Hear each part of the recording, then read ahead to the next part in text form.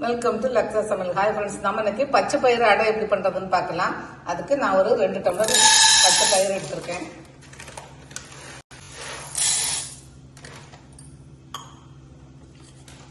இதை நம்ம கொஞ்சம் நல்லா வறுத்துக்கலாம். ரொம்ப வறுக்க வேண்டாம், ஓரளவு அந்த வாசனை வரும்போது நம்ம தண்ணி ஊற்றி ஊற வச்சிடலாம். இது ஓவர் நைட் ஊற வச்சிட்டிங்கன்னா நல்லா ஊறிடும். காலையில் எடுத்து நம்ம வேக வச்சுக்கலாம்.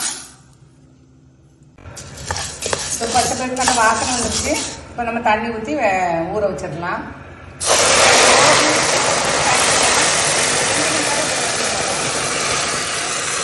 வேக வைக்க தான் போகிறோம், அதனால் ஒன்றும் பிரச்சனை இல்லை. இது குக்கரில் இப்படி வறுத்து நீங்கள் ஓவர் நைட்டு மூடி வச்சுட்டிங்கன்னா காலையில் அதிலே அப்படியே நம்ம வேக வச்சிடலாம். ஈஸியாக இருக்கும், அதனால தான் அப்படி வச்சுருக்கேன். நான் பச்சை பயிறு இப்போ ஓவர் நைட்டு ஊற வச்சதுனால ஒரு விசில் தான் போட்டிருக்கேன். அதுலேயும் நல்லா இந்த மாதிரி மசிஞ்சிட்டு பாருங்க. இந்த மாதிரி மசியணும். இந்த மாதிரி மசிஞ்சால் தான் உங்களுக்கு நல்லா பிசைஞ்சு போடுறதுக்கு நல்லாயிருக்கும். நான் ஒரு 4-5 பச்சை மிளகாய் கட் பண்ணி வச்சுருக்கேன். உங்கள் காரத்துக்காக போட்டுக்கோங்க. இல்லை உங்களுக்கு பச்சை மிளகாய் சின்ன பசங்களுக்கு வாயில் கடிக்கணும்னா நீங்கள் காஞ்ச மிளகாத்தூள் சேர்த்துக்கலாம். ஒரு 4 பெரிய வெங்காயம் எடுத்து அதை கட் பண்ணி வச்சுருக்கேன். இதையும் சேர்த்துக்கலாம். வெங்காயம் நீங்கள் நிறைய போட்டிங்கன்னா தான் நல்லாயிருக்கும். கொஞ்சமாக கருவேப்பிலை, ஒரு 5 டேபிள் ஸ்பூன் அரிசி மாவு. நீங்கள் அரிசி மாவு சேர்த்துங்கன்னா தான் மொறுமொறுப்பு கொடுக்கும்.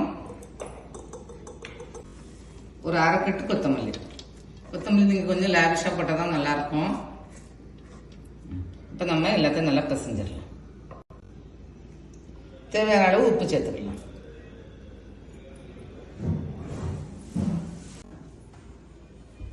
இதில் நான் 1 டீஸ்பூன் சோம்பு, 2 டீஸ்பூன் சீரகம் வச்சுருக்கேன். அதையும் நம்ம சேர்த்துக்கலாம்.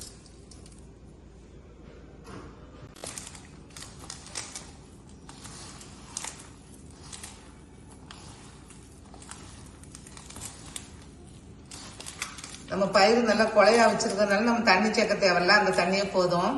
நல்லா ஃபர்ஸ்ட் வெங்காயத்தில் உள்ள தண்ணி, அந்த தண்ணியே போதும்.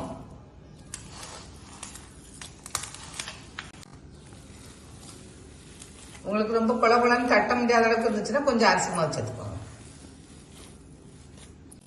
இந்த அளவுக்கு நமக்கு எல்லாமே கரெக்டா இருக்கு. இப்ப இந்த மாதிரி ஏதாவது ஒரு பிளேட்டு, ஒரு ஜல்லடை ஏதாவது போட்டு நீங்க அது மேல ஒரு காட்டன் கிளாத் போட்டுங்க. காட்டன் டவல் கூட போட்டுட்டு அதுக்கு மேல நீங்க தட்டினா ஈஸியா இருக்கும். அதுக்கு இப்ப நம்ம தட்டிடலாம். கையில லேசா எண்ணெய் தொட்டுக்கோங்க.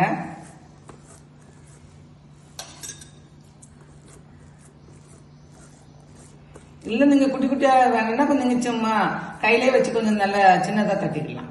நம்ம பெருசா போடுறதுனால தான் இதுல தட்டுறோம்.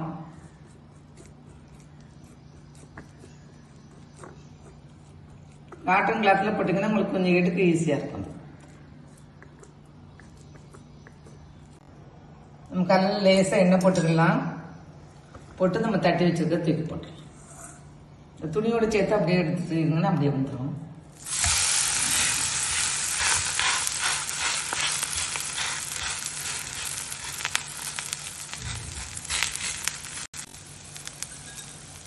ஒரு பக்கம் நல்லா வேகட்டும். கொஞ்சம் மீடியம் தீயில வச்சுக்கோங்க. அதுக்கப்புறம் நம்ம மாற்றி போடலாம். ஏன்னா இந்த அடை நல்லா சாஃப்டா இருக்கும். நீங்க அதுக்கு முன்னாடி போட்டீங்கன்னா பிஞ்சு போயிடும். நல்லெண்ணெய் சுத்தி கொஞ்சம் எண்ணெய் ஊற்றிக்கலாம்.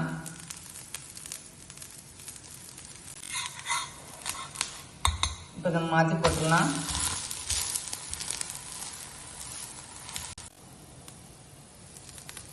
தேவைப்படும் போது கொஞ்சமா எண்ணெய் சுத்தி ஊற்றிக்கணும். இப்போ நம்ம அடுத்த பக்கம் கொஞ்சம் திருப்பி போட்டு வேக வைக்கலாம்.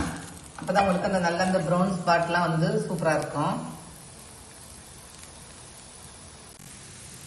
2 பக்கமும் இந்த கலர் வரும்போது நம்ம எடுத்துடலாம்.